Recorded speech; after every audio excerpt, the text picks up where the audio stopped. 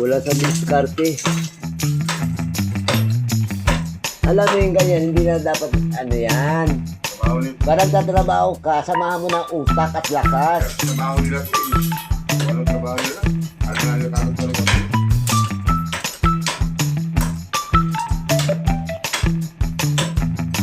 Eh ako sa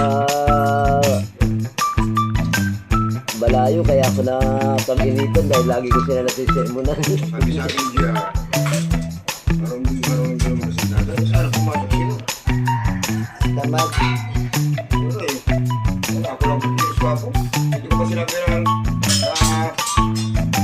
magawa tayo ng doon. Yung ganyan o, yung bim, napakal. Wala na. Sabihan ko nga mamaya si GR.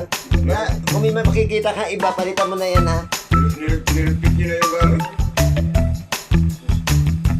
Sabi niya, dito na daw sa taas.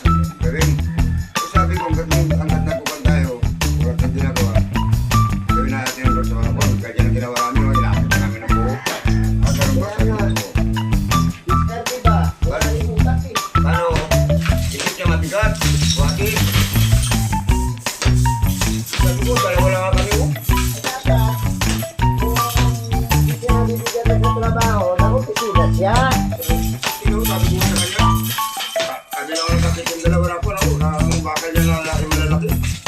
Dalawa lang sakit, kapalong namin gawin pa, ano. Issue, hirap. Ano ngayon, papasukin yung tubo ah. Kung dali lang yan, akong diskarte yan ako. O sila, ginamot yan sa harapan yun. Sa harapan ng tindahan yung isa. Hindi siya nahirapan. Eh, para ba, wala na yan sa'yo, di ba? Ha? Wala na yan. Purado. Tampak na naman yan sa kalsada dyan sa labas. Tingin na yan. Sa bahay. Kaya kasi, sabi niya, hindi pa dinisan ko na lang.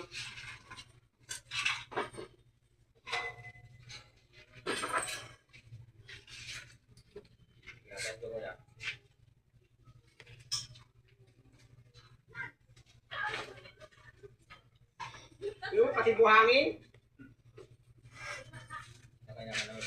Oo, nakarang pati buhangin, hindi i-deliver. Sabi ko to, ano to, buti ko nakasako yan.